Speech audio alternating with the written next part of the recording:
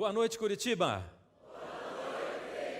Aí, esse é uma boa noite curitibana. Boa noite você que está em casa, ou bom dia. O programa O Clamor da Meia-Noite passa em diversos horários. Esse é um programa novo, na Novo Tempo, mas ele tem várias séries. Essa série é a série? Aí, a série Armagedon. Aliás, é a segunda temporada da série Armagedon. E quem sabe você está assistindo pela primeira vez, ou você que já vem assistindo desde o primeiro programa. E eu tenho dito assim, que o programa de profecia ele tem uma característica, né? Porque a gente tem que ir avançando, mas avançando pouco. Você tem que recordar e recorda e vai. Pessoas que estão começando a assistir e tal, e é assim que a gente tem feito. Mas a cada noite vai se revelando mais da profecia. E nós estamos agora no último ou em um dos últimos dias onde as profecias que nós estamos estudando se referem a dias passados. Ainda hoje, nós estamos no passado. E quando a gente estuda uma profecia que já aconteceu, ela é uma constatação, né? É uma constatação daquilo que já foi. E por que é importante a gente estudar aquilo que já aconteceu? É porque nos dá certeza daquilo que a gente vai estudar para frente. Você vê que cada vez tem um gráfico diferente, mas eu gosto dos gráficos, porque eles ajudam a gente a visualizar o tempo. E agora hoje nós vamos organizar essa história toda que a gente estudou até aqui de um jeito muito bacana. E a gente pega detalhes tanto de Daniel, aqui dos pés da estátua, como do Apocalipse. A gente pega todas as coisas misturadas. Agora veja, ou melhor, tanto do Daniel 7 quanto do Daniel 2. E também do Apocalipse, porque o Apocalipse agora começa a mostrar para a gente daqui para frente. E o que acontece agora daí em diante? O Apocalipse diz, a mulher ganhou 2 asas e fugiu para onde? Para o deserto. E o que acontece daí em diante? Agora nós vemos a profecia seguindo. 3 chifres dela foram quebrados, apareceu um chifre pequeno no lugar. Esse chifre pequeno a gente vai colocar aqui embaixo. E o Apocalipse mostra para a gente um outro animal, um animal diferente surgindo na história, dali em diante. Ou seja, depois que Roma, o Império Romano, se divide, depois de um tempo aparece um outro poder, um poder diferente, que é representado por esse... Que animal é esse? Ele não é um leopardo, né? Ele tem patas de urso, corpo de leopardo, boca de leão. Uau!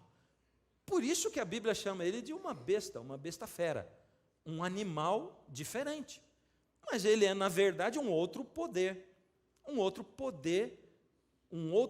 que lidera em seguida a Roma. E a gente vai constatar, porque tudo isso também está na história. A pergunta é a seguinte: será que esse poder é um novo império mundial? Sim ou não? Não? Será que ele vou perguntar de novo, será que ele é um novo império mundial? Sim ou não? Por que você está dizendo isso? Você está falando tudo embolado aí, mas eu estou entendendo. É porque a profecia de Daniel dizia que eles iam tentar ter um império mundial e não aconteceria nunca mais. Então como é que pode ter um império mundial? E vocês estão certíssimos. Não tem um novo império mundial, mas ele é um poder importante e que se destaca. Quem é esse poder? Que é o mesmo chifre pequeno de Daniel 7 e a besta que surge do mar de Apocalipse capítulo 13. Um poder político, um novo poder político. A gente vê, já sabe que besta é um poder, um animal diferente, um reino, um poder reinante. Daniel 7:8 diz assim: estando eu a observar os chifres daquele animal terrível, eis que entre eles subiu um pequeno. Qual é a localização geográfica? Entre eles. E o que era entre eles lá? O que eram aqueles chifres? Eram aqueles países que surgiram, os 10 reinos da Europa. A Europa dividida quando Roma quebrou o império e vieram os 10 países principais da Europa. Esses eram os chifres, que eram os dedos da estátua também. E diz que esse poderio sairia do meio deles. entre eles, a localização geográfica ali do meio da Europa.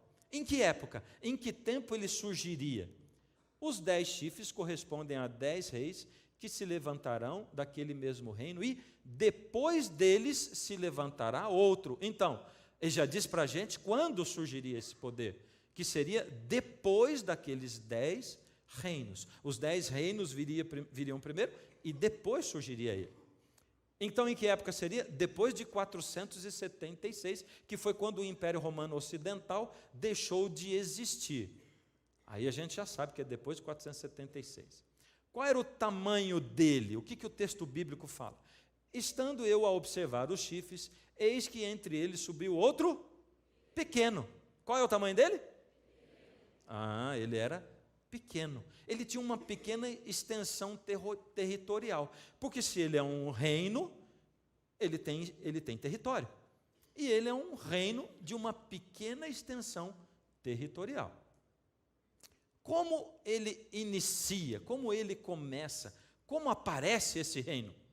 Os 10 chifres correspondem a 10 reis que se levantarão daquele mesmo reino. E depois deles se levantará outro, o qual será diferente dos primeiros e abaterá a 3 reis. Ele surge como? Abatendo a 3 reis. Dos 10, ele abate 3 e surge no lugar. 3 chifres se quebram e esse chifre pequeno surge no lugar. Ele destrói 3 reinos e aí aparece. Seria um império mundial igual aos anteriores, sim ou não? A gente já perguntou isso, né? Mas olha o que diz aqui. Os 10 chifres, correspondem a 10 reis que se levantarão daquele mesmo rei, depois deles se levantará outro, o qual será diferente dos primeiros, e abaterá 3 reis. Então ele não é igual, não é um império mundial, ele é diferente. Mas se ele não é um império mundial, mas ele é um reino, o que ele é então?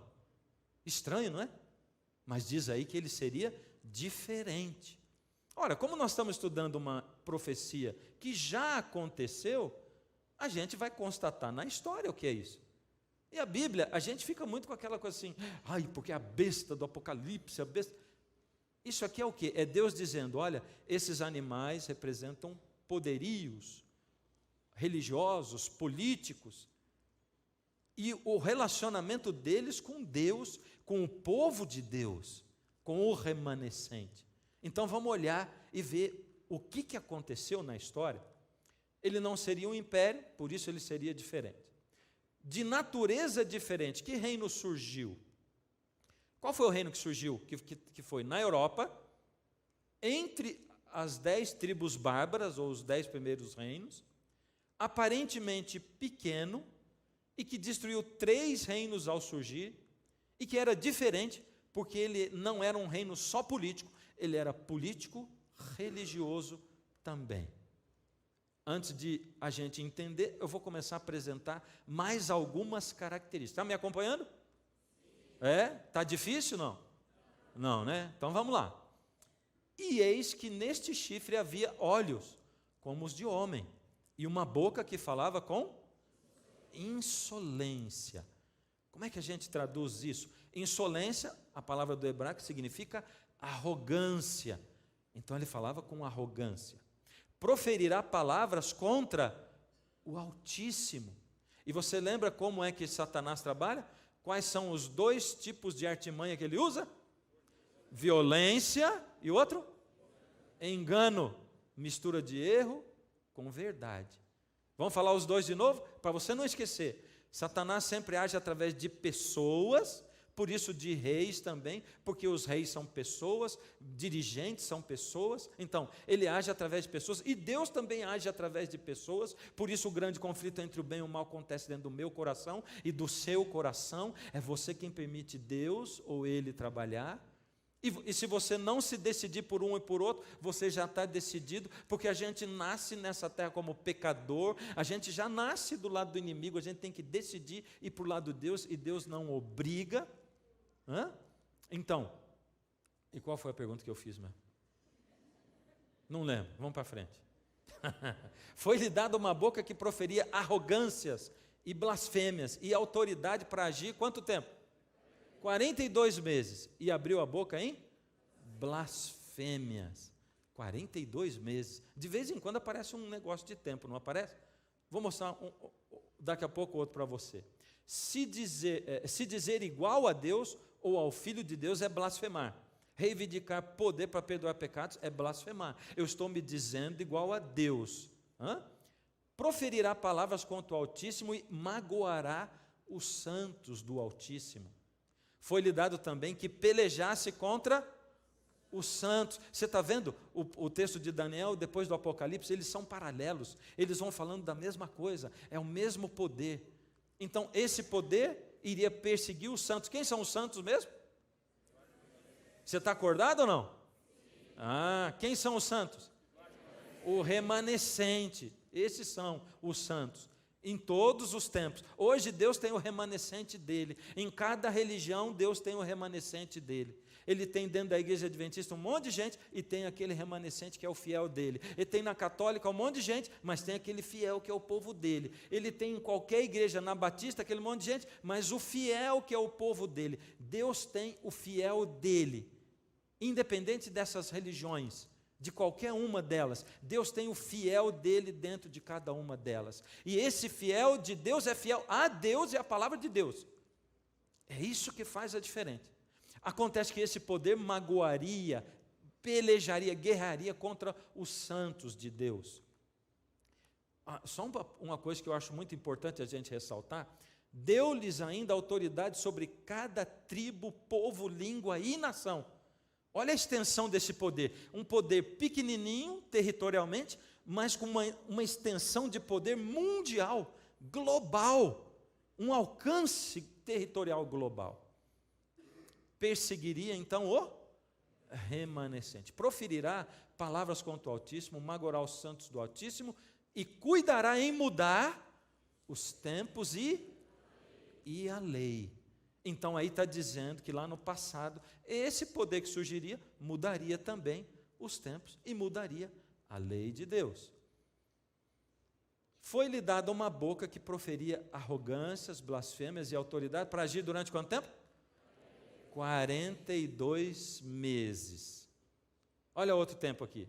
A mulher, porém, fugiu para o deserto, onde lhe havia Deus preparado lugar para que nele sustentasse durante 1260 dias. É o mesmo período. 42 meses, 1260 dias. Que tempo é esse? Proferirá palavras contra o Altíssimo, magoará os santos do Altíssimo, cuidará em mudar os tempos e a lei, e os santos lhe serão entregues nas mãos por 1 tempo, 2 tempos e metade de 1 tempo. Uau! Diferente. 42 meses. O que será que é tudo isso aí, hein? A perseguição duraria quanto tempo? 42 meses, ou 1260 dias, ou 1 tempo, 2 tempos e metade de 1 tempo. Primeira coisa que a gente já sabe é que tudo isso aí quer dizer a mesma coisa. Mas como é que nós vamos achar o significado disso? Como é que a gente vai entender isso aí? Primeiro, que o mês religioso judaico tem 30 dias.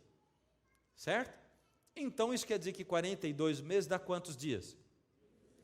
Opa, já começamos a encontrar uma coisa em comum. Dá 1260 dias. O ano judaico tem quanto? Então é isso. Agora veja.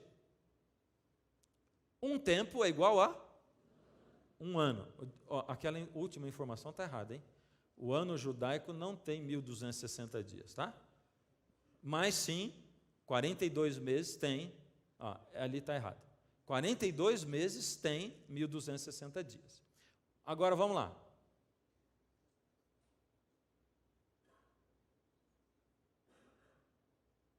Chegamos agora, voltei um monte. 1 tempo, no pensamento judaico, é igual a 1 ano. Isso foi escrito por Daniel, e Daniel conhecia o pensamento judaico, ele era judeu. 2 tempos é quanto?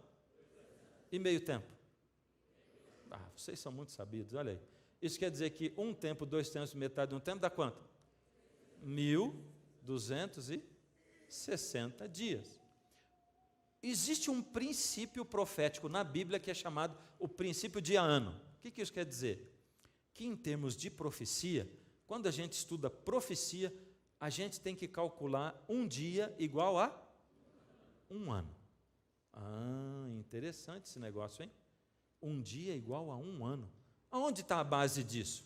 Olha esses dois textos, tem duas profecias. Primeiro, segundo o número dos dias que espiastes a terra. O povo foi espiar a terra, e Deus mandou os espias, e eles foram e voltaram desanimados. Só Josué e Caleb que voltaram animados. Deus vai nos ajudar a vencer. E os outros disseram, aqueles homens são muito grandes e nós não vamos conseguir nunca e tal. Porque era a realidade. Os outros, o Josué e o Caleb, eram pessoas de fé em Deus. Mas Deus olhou para aquele relatório e falou, eu mandei vocês espiarem, eu estou levando vocês no deserto, e agora chegou a hora de vocês conquistarem a terra prometida. Então vai ser o seguinte, segundo o número dos dias que vocês foram espiar a terra, vocês ficaram 40 dias, cada dia representando um ano. Levareis sobre vós as vossas iniquidades 40 anos, e tereis experiência do meu desagrado. Então o povo dali em diante passou, eles foram, espiaram a terra, e depois disso levaram 40 anos para chegar lá, porque Deus fez uma profecia. Vocês ficaram 40 dias espiando, e voltaram e disseram, Deus não pode nos ajudar a entrar, então vocês vão ficar 40 anos vagando no deserto. E aí foi um dia por um ano. Mas tem também Ezequiel 4:7, 40 dias te dei, Deus diz, cada dia por um ano. Voltarás, pois, o rosto para o seco de Jerusalém, com o teu braço descoberto, e profetizarás contra ela. De novo, cada dia por um ano. E tem um imenso pesquisador da Bíblia, uma pessoa muito consagrada, que descobriu isso aqui muito tempo atrás. Sabe o nome dele? Isaac Newton. Você sabia que Isaac Newton escreveu mais sobre a Bíblia do que sobre ciência? Sabia disso? Pois isso é registro histórico. Isaac Newton escreveu mais sobre Bíblia do que sobre história. E eu tenho em casa um livrinho dele, um dos, né, que é esse Apocalipse de São João, por Isaac Newton. Eu tenho lá uma cópia dele, onde ele diz, nas profecias de Daniel, um dia equivale a um ano. Ele segue o princípio dia-ano. Não foi ele que inventou isso, já estava na Bíblia, mas eu gosto de citar porque uma pessoa da ciência, inteligente, reconheceu na Bíblia o princípio dia-ano, principalmente em Daniel. Por isso, 1260 dias são 1260 anos. Então a gente já sabe que esse poder duraria 1260 anos. Por isso você encontra aqui embaixo os 1260 anos. Mas chegou a hora da gente trocar de gráfico. Já cansei daquele gráfico. E agora nós vamos para a história da igreja, porque se a perseguição desse poder contra a igreja aconteceu depois que Jesus morreu e foi levado para o céu, depois que o Império Romano se dividiu, depois que os 10 reinos acabaram, ou quando eles estavam acabando, então eu tenho que olhar a história da igreja, porque a igreja cristã surgiu aí. E se na profecia diz que os santos seriam perseguidos naquela época, eu vou encontrar exatamente aí esse poderio atuando. E a gente começa lá embaixo com a cruz de Jesus no ano 31 da nossa era. Ou seja, Jesus morreu, ressuscitou, foi para o céu, foi coroado, e o Espírito Santo desceu sobre a igreja, e o povo começou a proclamar o Evangelho com poder. Sabe, eu fico assim emocionado de ver. Como que pode a religião de alguém que era um profeta e que se dizia Deus, quem segue um louco que se diz Deus? E é o que eu tenho dito para vocês, ou Jesus era Deus ou ele era um maluco. Mas quem seguiria um maluco? E o pior, depois que esse maluco morre, feito um ladrão no meio de 3 cruzes, como que esse negócio ia crescer do jeito que cresceu? Se ele não fosse Deus de fato. É porque o poder de Deus desceu sobre os discípulos que seguiram Jesus, e eles começaram a pregar com o mesmo poder de Jesus, e Jesus ressuscitou, e foi visto várias vezes, por isso o cristianismo tomou poder, por isso ele se alastrou. E essa primeira fase da igreja foi uma fase maravilhosa. As pessoas eram pessoas puras, o evangelho crescia, elas eram perseguidas, mas quanto mais elas eram perseguidas, mais crescia o evangelho e mais gente vinha para a igreja. Uma loucura. Alguém pregar o evangelho para você dizer, esse Jesus que morreu, ele é Deus, ele veio para salvar os nossos pecados, vem seguir o cristianismo. E essas pessoas largavam tudo, vendiam tudo para pregar o evangelho, e muitas delas eram mortas. Nessa época, os bispos começaram a ser instituídos na igreja cristã. Isso é a história de qual igreja mesmo? Cristã. A gente já viu um pedaço disso outro dia. Nós estamos revendo hoje para encaixar as coisas. Essa é a história da igreja? Você é cristão? Então essa é a história de quem? Nossa, eu perguntei você, não falei vocês. Essa é a história de quem? Minha, é a minha história. Essa é a minha história, a história da minha igreja, da igreja cristã. Os bispos foram instituídos na igreja cristã, os discípulos começaram a morrer, porque o tempo foi passando, não tinha templos naquela época, e Roma perseguia os cristãos o tempo todo, a igreja era perseguida por Roma. Por isso essa primeira fase da igreja, a gente chama de igreja pura, ela foi do ano 31 até o ano 100, que foi quando os discípulos, os últimos, estavam morrendo. Logo em seguida, a essa fase veio a fase da igreja perseguida, do ano 100 ao ano 313, porque no começo ela era perseguida, mas não tanto. A perseguição começou a aumentar muito mais. Veio uma terceira perseguição imperial. Roma imperial, que ainda estava em pé, perseguia o povo e matava o povo. Os pobres eram ricos, eles eram ricos na fé, mas eram pobres no dinheiro. Tinha muitos mártires, como o bispo Policarpo, que foi martirizado agradecendo a Deus pelo privilégio de ser um mártir e de sofrer as mesmas aflições que Jesus. Essa igreja perseguida foi do ano 100 até o ano 313 da nossa era. E em 313 começou a haver mudanças drásticas dentro do cristianismo, dentro da igreja cristã, dentro da nossa igreja. Dentro da nossa raiz começou a ter mudanças drásticas.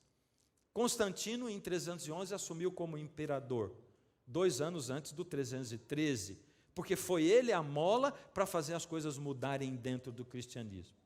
Constantino era um pagão, adorador do Deus Sol, mas Constantino viu o paganismo diminuindo e o cristianismo crescendo. Ele diz assim: uau, o cristianismo é a religião do futuro, eu vou investir no cristianismo. E ele entrou para a história como o primeiro imperador a se declarar cristão em 28 de outubro de 312, depois de ter trucidado com o sogro dele, chamado Maximiliano.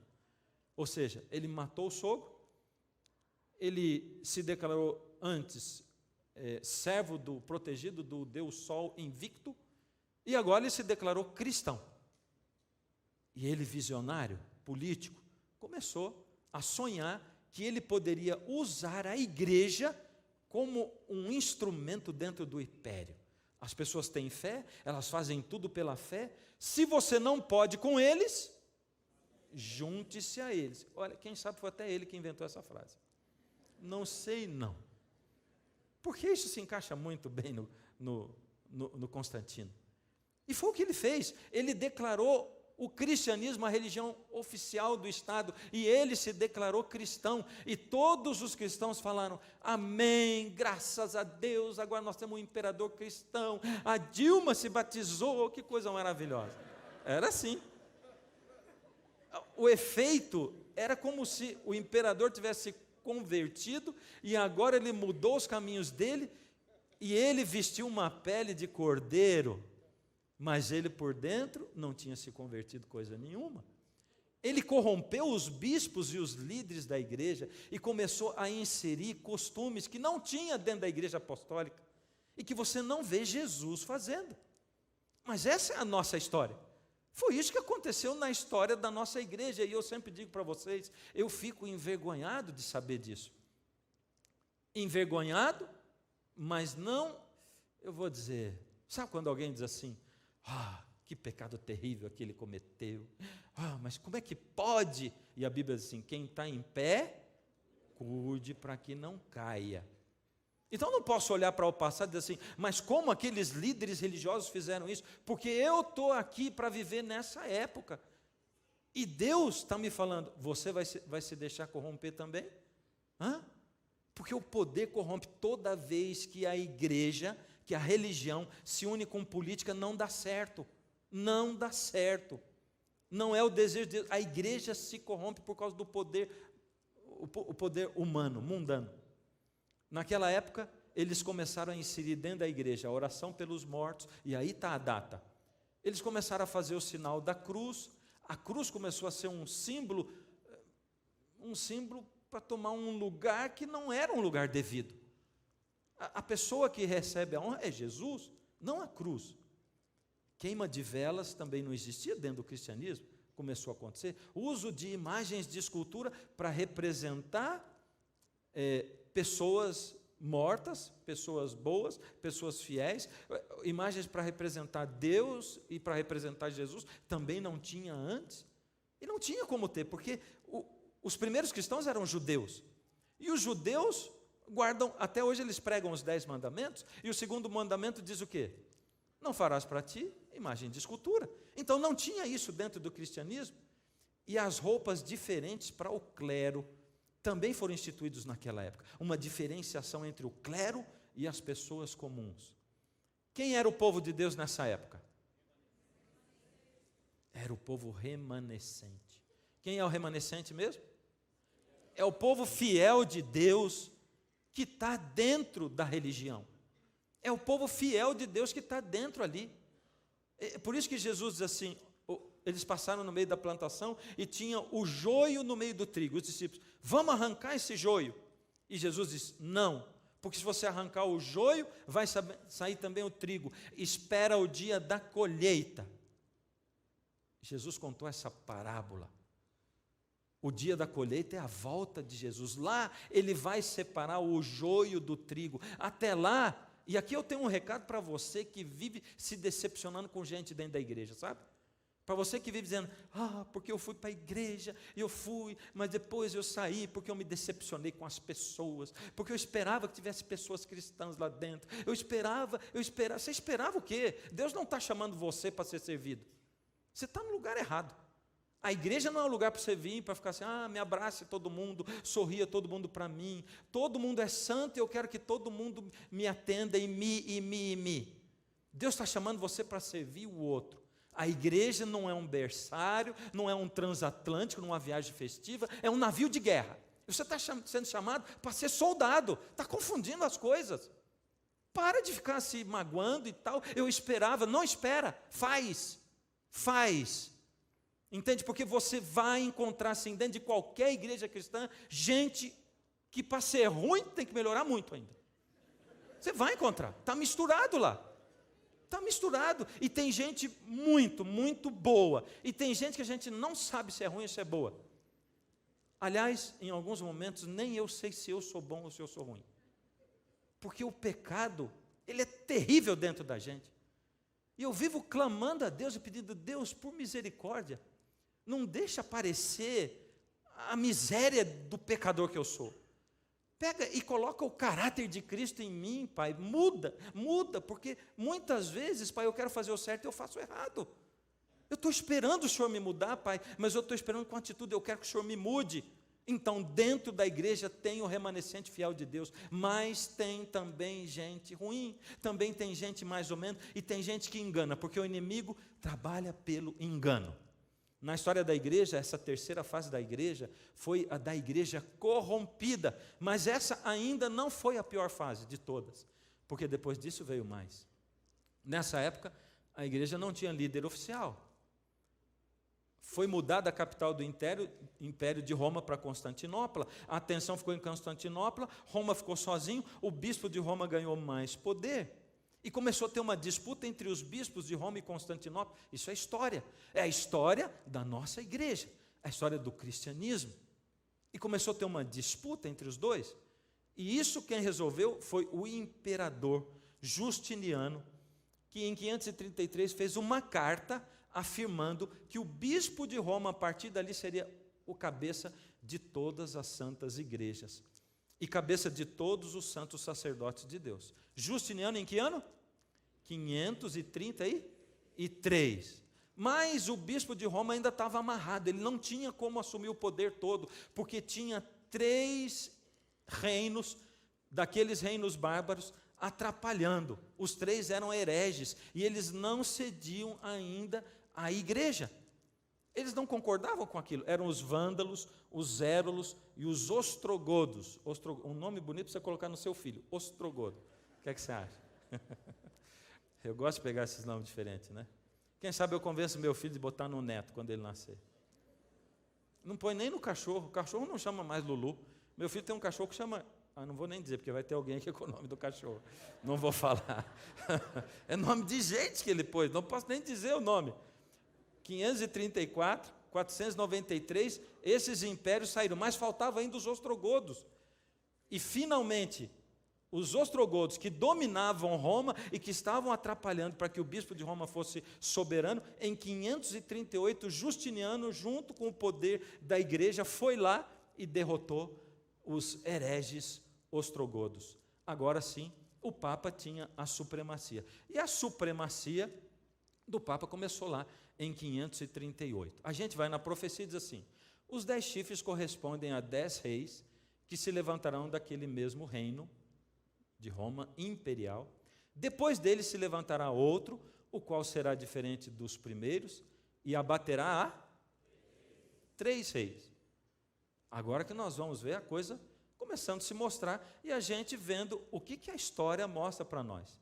O que Deus diz? Deus desenhou a história, diz assim: olha, vai acontecer assim, assim, vai ser assim dentro do cristianismo. Você que é cristão tem que saber disso.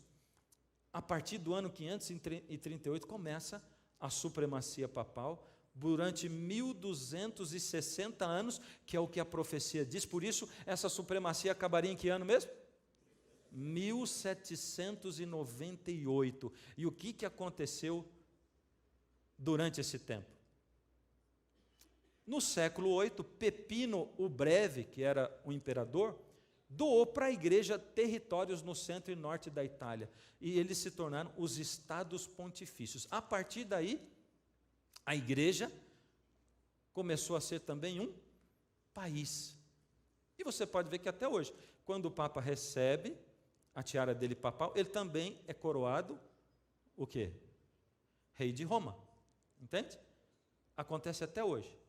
Então, ele é um poder religioso, mas é também um poder político, porque eles receberam esses territórios. Eles são considerados um país. E, aliás, eles têm agora uma embaixada nos Estados Unidos. O Vaticano tem uma embaixada do Vaticano nos Estados Unidos há pouco tempo. Ele se torna rei e tem um poder agora político-religioso. Só que a partir dali, a igreja cristã mergulha no absurdo. E a igreja cristã começa a perseguir o remanescente, os fiéis que estão dentro dela. A igreja colocou tanta tradição, misturou tanta coisa que não está dentro da Bíblia, as pessoas não podiam questionar, elas eram perseguidas, elas eram mortas, e aqui começou um tempo terrível, que foi a Idade das Trevas. A Bíblia foi proibida, foi-lhe dado, a profecia diz, também que pelejasse contra os santos e os vencesse. Deu-se-lhe ainda autoridade sobre cada tribo, povo, língua e nação. Essa foi a extensão da perseguição que começou a haver da igreja com o remanescente, aqueles que não declaravam que eles queriam ou concordavam com as tradições que eram pregadas. Nessa época, o sábado foi mudado para o domingo. E nós vamos ainda ver ali para frente declarações da igreja dizendo: olha, a igreja, com a sua autoridade, mudou o sábado para o domingo. Não tem uma explicação bíblica, foi a autoridade da igreja. Mas olha o que diz a profecia: proferirá palavras contra o Altíssimo, magoará os santos do Altíssimo e cuidará em mudar os tempos e a lei. Em mudar os tempos e a lei. Aqui eu coloquei, não sei se dá para você enxergar, mas aqui da esquerda está a lei de Deus e do lado de cá está o catecismo. Mandamento 1, e os mandamentos, eu tenho lá uma Bíblia Ave Maria em casa. Ela está igualzinho ali, ó, a lei de Deus, está igualzinho. É uma Bíblia católica. 1, não terás outros deuses de mim. 1, no catecismo, amar a Deus sobre todas as coisas. Na Bíblia, não farás para ti imagens de escultura. No catecismo, não tomar o seu santo nome em vão. Por que está não tomar o seu santo nome em vão? Porque lá é não fazer imagem de escultura. O 3, não tomarás o nome do Senhor teu Deus em vão, na Bíblia. E aqui, guardar domingos e festas. O quarto, na lei de Deus, lembra-te do dia do sábado. Aqui, honrar pai e mãe. O quinto lá, honrar o pai e mãe. Do lado de cá, não matarás. No sexto, não matarás. O sexto aqui, não pecar contra a castidade. O sétimo lá, não adulterarás. Aqui, não furtarás. Lá, não furtarás. Aqui, não levantar falso testemunho. O nono, não dirás falso testemunho contra o teu próximo. Aqui, não desejar a mulher do próximo. Décimo, não cobiçarás a casa do teu próximo, a mulher e tal. E aqui, não cobiçar as coisas alheias. Como o segundo mandamento foi tirado, o décimo foi dividido em dois, que é não cobiçar, que está dividido em duas partes. Então, aqui vem se mostrando para nós. E o que isso quer dizer? Quer dizer só quer dizer que Deus diz assim, olha, a história vai ser assim. E o que Deus falou como seria na história, aconteceu. E essa história é a história, eu gosto de firmar isso, sabe? Porque, como eu disse para você, eu estou falando com o maior respeito do mundo, com o maior amor, mas eu estou falando aquilo que eu preciso falar do que está na Bíblia. Você está vendo, eu estou mostrando para você. Então, o que eu quero dizer para você, não fica olhando para isso aqui dizendo assim, essa é a igreja católica, essa é a igreja cristã. Nessa época não tinha igreja batista, presbiteriana, metodista, não tinha adventista. Era tudo a mesma igreja. É o passado da igreja católica? Mas é o meu passado também, é o seu passado também, é o nosso passado. Foi o que aconteceu na história do cristianismo. Aconteceu, nessa época era uma igreja só, estava todo mundo ali. O purgatório também foi introduzido nessa época. Não existe nem purgatório na Bíblia, nem a palavra purgatório. O inferno na Bíblia foi introduzido aí, porque o inferno também, eu não posso demorar nisso, mas é uma outra história dentro da Bíblia. O inferno como um lugar de tormento onde as pessoas ficam queimando ali pela eternidade. A todo aquele, Apocalipse 22, a todo aquele que ouve as palavras da profecia desse livro, testifico. Isso está falando deste livro, o Apocalipse, mas está falando deste livro também, a Bíblia, certo? Se alguém lhes fizer algum acréscimo, Deus lhe acrescentará os flagelos escritos nesse livro. Se alguém tirar qualquer coisa das palavras do livro, dessa profecia, Deus tirará a sua parte da árvore da vida, da cidade santa e das coisas que se acham escritas nesse livro. Tem aqui, nisso aqui, uma advertência para qualquer um que acrescentar ou tirar alguma coisa da Bíblia. E eu vou dizer para você que tem outras religiões que dizem que a Bíblia precisa de um outro livro para ser explicado. Você entende? Qualquer pessoa que dizer, a Bíblia precisa de um outro livro. E tem outras religiões que têm uma Bíblia diferente da Bíblia. E tem muita gente que acha assim, não, a Bíblia evangélica é uma coisa e a católica é outra. Não é. É igual, é a mesma coisa. Mas tem, pelo menos uma religião que tem uma outra Bíblia diferente da Bíblia de todo mundo. Diferente. E aí as pessoas querem usar essa Bíblia para falar com você.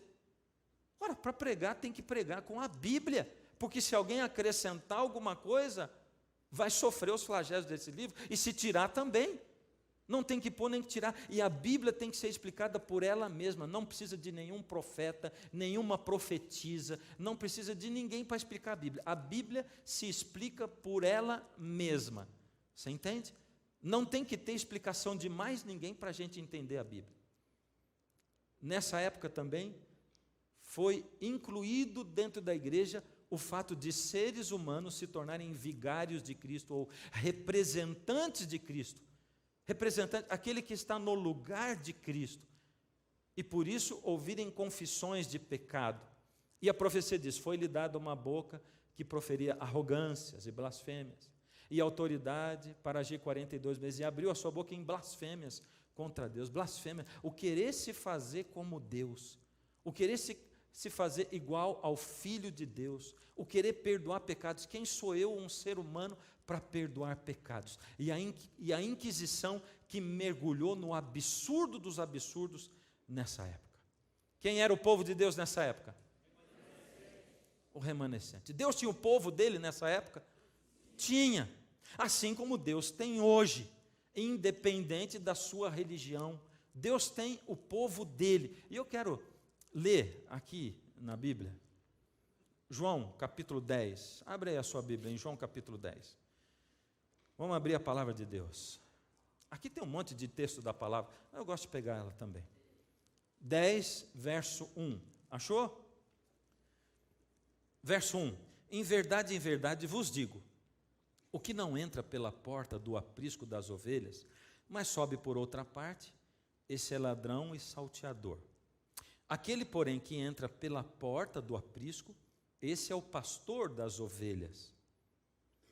Para este, o porteiro abre a porta do aprisco, as ovelhas ouvem a sua voz, ele chama pelo nome as suas próprias ovelhas e as conduz para fora. Depois de fazer sair todas as que lhe pertencem, vai adiante delas, e elas o seguem, porque lhe reconhecem a voz. Pergunta para vocês, presta atenção. Você estava ouvindo eu ler a Bíblia, hein? Você leu aí, acompanhou também. Você aí também. Diante desse texto, todos nós que estamos aqui somos ovelhas do bom pastor? Sim ou não? Sim. Todos nós que estamos aqui somos ovelhas do bom pastor? Sim ou não? Sim. Não. Não. Vou perguntar de novo. Todos nós, segundo esse texto, todos nós estamos aqui, somos ovelhas do bom pastor? Sim ou não? Mas por que você mudou só porque eu falei? Se eu tenho falado para você, não fica escutando o que o pastor fala, não acredita no que eu falo. Pode ser que eu esteja só dissuadindo você, é ou não é? Pode ser. Eu sempre digo para você, não acredita no que eu falo, vai na Bíblia. Vai ler. Você vai embora daqui, pega Daniel 2, Daniel 7, pega Apocalipse 13 e vai ler. Compara. E eu estou vendo gente escrevendo. Eu sei que lá em casa tem gente tomando nota também. Vai confirmar. Eu quero ver se aquele camarada falou a verdade. Eu quero ver. Vai ver por você mesmo. O Espírito de Deus vai iluminar a sua cabeça. Vou perguntar de novo. Segundo o que está dito nesse texto, todos nós somos ovelhas do bom pastor, sim ou não? Sim. Não, não somos. Eu vou explicar para vocês agora. Olha aqui, ó. Ele está dizendo, aquele que entra pela porta do aprisco, esse é o pastor das ovelhas. Para este, o porteiro abre a porta do aprisco. Vamos lá. Quem é o bom pastor? Jesus. Quem são as ovelhas? Nós. E o que é o aprisco? A igreja, certo? A igreja que é onde o aprisco onde guarda as ovelhas. Aí está dizendo, para o bom pastor, o porteiro abre a porta, as ovelhas ouvem a sua voz. Quantas ovelhas ouvem a voz? Todas elas. Está dizendo aqui, as ovelhas ouvem a voz. Todas ouvem. Todas. Até aqui você está certíssimo, porque todas escutam a voz do bom pastor. Ele chama pelo nome as suas próprias ovelhas e as conduz para fora. Depois de fazer sair todas as que lhe pertencem, vai adiante delas. Então tem uma diferença entre as ovelhas e porque todas ouvem, mas só as ovelhas dele reconhecem a voz. Elas não só reconhecem a voz, mas elas o seguem. Elas vão atrás dele. Olha o que diz aqui. Depois de fazer sair todas as que lhe pertencem, vai adiante delas, e elas o seguem, porque lhe reconhecem a voz. Aqui está a diferença. A diferença é que tem um monte de gente ouvindo Bíblia. Tem um monte de gente, e eu sei o que passa na tua cabeça, eu já falei isso nesse programa, passa assim, mas gente do céu, é muita coisa, não é possível que só eles estão certos, só eles estão certos, todo mundo está errado, só o Noé que está certo, construiu um barco no meio da grama, nunca choveu, todo mundo está errado e esse maluco está certo, construiu um barco num lugar onde nunca choveu. Dá para você entender que na Bíblia, na palavra de Deus, o povo de Deus é um remanescente, é um pingo de gente, não é a maioria. Na Bíblia, a voz do povo não é a voz de Deus, não é a voz de Deus. Na Bíblia, a voz do povo dizia assim, que o sangue dele caia sobre nós e os nossos filhos, quando Jesus estava sendo julgado. Só tinha um pingo de gente, chorando e clamando para Deus salvar Jesus da cruz. Era um pingo de gente, e estavam assustados, mas Deus estava com eles. É isso que diz a Bíblia, a palavra de Deus. Então, eu estou clamando, eu estou dizendo para você, por misericórdia, pelo menos faz o seguinte, não fica com raiva de mim, primeira coisa, por causa de eu dizer aqui para você o que a Bíblia fala. Segundo, vai ver se está certo mesmo, e se não tiver, você vem me falar, por favor, para eu não viver enganado. Vem me avisar. Então, essa é a segunda coisa. A terceira coisa é, espera para ver o que vai acontecer daqui para frente. Porque o que Deus fez aqui até agora foi dizer assim, vou mostrar para você o que vai acontecer na história. E a gente acabou de ver o que aconteceu na história do cristianismo. Na história da igreja cristã. Na nossa história. É isso que a gente acabou de ver. Deus olhou e falou assim, olha, vai ter aqui o império, vai ter Babilônia, vai ter Medopérsia, Grécia, o tempo todo Satanás tentando perseguir o povo de Deus, tem o povo de Deus, mas dentro dele tem um remanescente, fielzinho a mim, fica olhando para isso, presta atenção, porque depois disso, de dentro da própria igreja cristã, vai surgir um poder ali, que vai acabar perseguindo o próprio remanescente de Deus, olha só. Eu tenho que terminar. Aí diz o seguinte: haveria uma ferida mortal. Ele receberia uma ferida mortal. E quando a gente vai para a história, a gente vê que a supremacia do Papa ela foi diminuindo. Até, porque veio o Renascimento, veio a Idade da Razão, veio o Iluminismo. E aí, em 1798, o francês lá, o Napoleão Bonaparte, manda o general Berthier prender o Papa Pio VI. E ele vai preso. Ou seja, ali tinha acabado tudo. E sabe, nessa época, a igreja cristã pregou muito contra o cristianismo. Muito mesmo. E hoje tem muita gente que prega contra o cristianismo dentro do cristianismo. Tem muita gente. Gente interesseira, que fica pensando em dinheiro, prega contra o cristianismo. Deus vai cobrar dessas pessoas. Deus vai pedir, vai cobrar caro. Porque Deus, minha prata é meu ouro, eu não preciso. Deus não é um ser interesseiro que fica fazendo troca com você. Ele vai cobrar. Foi perdida a autoridade política, os estados papais foram retirados, e a Bíblia diz, vai perder o poder. Perdeu.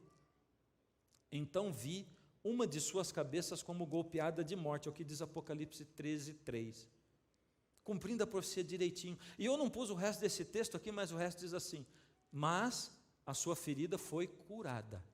Isso a gente vai ver para frente, porque começa a chegar perto de nós. E eu quero lembrar você daquela última advertência, que foi a primeira que eu li hoje. Quando eu disser ao ímpio que é certo que ele morrerá, e você não falar, para dissuadi-lo de seus caminhos, aquele ímpio morrerá por sua iniquidade, mas eu considerarei você responsável pela morte dele. Ou seja, eu preciso compartilhar com você a verdade, com todo o meu amor, com todo o meu carinho e com todo o meu respeito. Todo o meu respeito. Agora, na época em que nós vivemos, quando você vai estudando a Bíblia, você tem dúvida de que aquele leão era a Babilônia? Sim ou não? Ah, eu também não. E que a cabeça daquela estátua era a Babilônia? Não. E a gente não tem dúvida de nenhum daqueles reinos, nenhum daqueles impérios. Agora, a coisa se segue. A história é aberta diante de nós. E Deus está olhando para você e está falando assim, o que você é? Você é remanescente ou não? Você é maioria ou você é minoria de Deus? O que você é? E a coisa é tão incrível, sabe? Porque a fé a Deus, a minoria, todas as coisas de Deus, aquilo vai muito próximo, por exemplo, do terrorismo. E quando aconteceu o 11 de setembro, eu tenho uma revista lá em casa, onde eles escreveram assim, como pensa um terrorista, e eles começam a mostrar a cabeça do terrorista, como é que raciocina e tal, porque eles agiram religiosamente, e diz assim, esse terrorista, ele é igual o seu vizinho que vive tentando levar você para a igreja dele. Uau! E sabe qual é a última profecia que Jesus disse que vai se cumprir? E esse evangelho do reino será pregado a todo mundo, para testemunhar a todas as nações, e então virá o fim. Então, na época do fim do mundo, em que Deus está me pedindo para pregar o evangelho para todo mundo, surge o terrorismo. E as pessoas dizem, se o teu vizinho pregar o evangelho para você, ele é terrorista. É incrível. Você vê que até o fim, o inimigo vai continuar perseguindo o povo de Deus. E o texto de Apocalipse 12, que a gente estudou há pouquinho agora, que diz assim, e Satanás foi lançado para a terra, e ele foi tomado de grande ira, porque ele sabe que pouco tempo lhe resta. Pouco tempo lhe resta. Isso foi 2000 anos atrás. Que o pé da estátua começou a acontecer? Também. Foi quando o Império Romano ruiu e surgiu o pé da estátua. 1500 anos atrás. Uau! Muito tempo. Nós estamos no fim do fim. E é por isso que só agora as grandes coisas da Bíblia estão ficando muito claras para nós. E sabe, se você for nesse estudo até o fim, você pelo menos vai ter ideia para acompanhar o que está acontecendo no mundo político. E você vai dizer assim, é ou não é? Está certo ou não está? Fui avisado, eu sei o que vai acontecer. Mas Deus, Ele não quer que eu avise só para eu tirar a minha culpa, mas por amor, porque Ele ama você, Ele quer você. Você é a menina dos olhos de Deus. Jesus morreria se você fosse o único a aceitar a Jesus. Jesus olha você de um modo especial, todos os sofrimentos que você passa, as angústias. Jesus está vendo aquilo. E quando você põe a vida na mão dele, ele não diz assim, você não vai passar por sofrimento. Ele diz assim, saiba de uma coisa, tudo aquilo pelo que você passar, eu vou estar com você. Porque o Salmo 23 diz assim, ainda que eu ande pelo vale da sombra da morte, tu estás comigo. Ele diz assim, eu estou com você, eu sou o bom pastor, eu estou com você no vale da sombra da morte. E saiba que das provações, dos problemas dessa vida, você vai tirar experiências, você vai tirar uma experiência de vida diferente, você vai ser uma pessoa cada vez melhor. O que você é? Barro ou manteiga? Expõe a manteiga e o barro ao sol. A dureza do sol vai endurecer o barro, ou ela vai derreter a manteiga. O sol é o mesmo, é Deus. Só depende de quem você é. Quem você é? Quem? É isso que Jesus fica perguntando para você. Quem você é? E hoje eu tenho um apelo para você. Como eu tenho em todo o programa. E o apelo é assim. Hoje o apelo é assim, Senhor, eu não quero ser enganado por ninguém. Eu já orei isso muitas vezes para Deus e ainda oro até hoje. Senhor, não me deixa ser enganado por ninguém. Não quero ser enganado. Eu só quero a verdade, Senhor. E eu sei que o Senhor é um Deus verdadeiro. Então, Pai, eu vou entregar minha vida nas suas mãos. E eu quero ter certeza de que o Senhor vai me conduzir na verdade.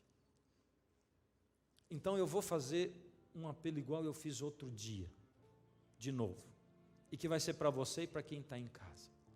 Como eu disse, a gente está estudando aqui o Armagedon, Apocalipse 12, 13, uns pedacinhos de Daniel, mas nós temos um curso inteiro do Apocalipse, numa forma de revista, e um curso inteiro de Daniel também. E eu quero fazer um apelo para que você aceite receber esse curso. Recebe esse curso, é uma revista. Então você vai dizer, Deus, estou na tua mão e vou buscar. E eu quero chamar você para vir aqui à frente. Primeiro, porque eu vou orar com você e pela sua decisão de buscar a Deus e de buscar saber mais, para você não ficar em ignorância, porque Deus diz assim, o meu povo morre por falta de conhecimento. E nós vamos dar um jeito de botar esse curso na sua mão. Você vai vir aqui, você vai dizer, Deus, eu quero estudar. E eu vou orar por você. E depois nós vamos te mandar o curso. E você que está em casa, está vendo o endereço também, vai pedir o curso. e nós vamos mandar para você na sua casa.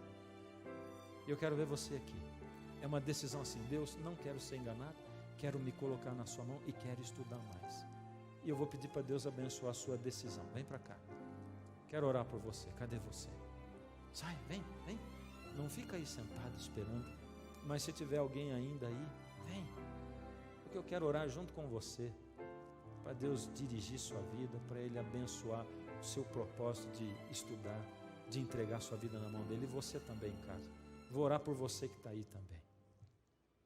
Se você quiser vir durante a oração, vem durante a oração, não tem problema. Fecha os olhos. Querido Deus, a sua palavra ela é tão maravilhosa, Senhor, e a verdade nos choca, Senhor. Ela nos choca porque nós estamos acostumados a ouvir desde crianças coisas diferentes. Mas o Senhor diz aí no livro do Apocalipse o tempo todo: quem tem ouvidos para ouvir, ouça o que o Espírito diz. Ó Senhor, é o Senhor nos falando e nos mostrando. Essas coisas são tão grandiosas e tão diferentes.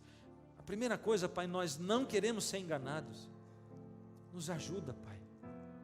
Mas olhando para a profecia, a gente vê tudo se cumpriu. E ainda faltam coisas para frente. Senhor, toma nas suas mãos essas pessoas que corajosamente vieram aqui na frente, Senhor. Elas vieram para dizer: Pai, eu quero conhecer o Senhor melhor. Eu quero estudar a sua palavra. Mas eu também, Pai, quero uma bênção especial para esse estudo. Eu quero pedir, Pai, que o seu Espírito esteja com esses que aqui vieram, Pai. Que eles não peguem simplesmente uma revista, mas que quando eles pegarem essa revista e a Bíblia para estudarem, o Espírito esteja sobre eles, Pai. Pai, esteja sobre eles, sobre o lar deles, o negócio deles, Pai. Sobre a casa deles, com os filhos, Pai, com os parentes. Toma-os nas suas mãos e mostra a verdade e nos faz livres. Toma cada um dos seus filhos em casa, Pai. Alcança-os onde eles estão, em nome de Jesus. Amém.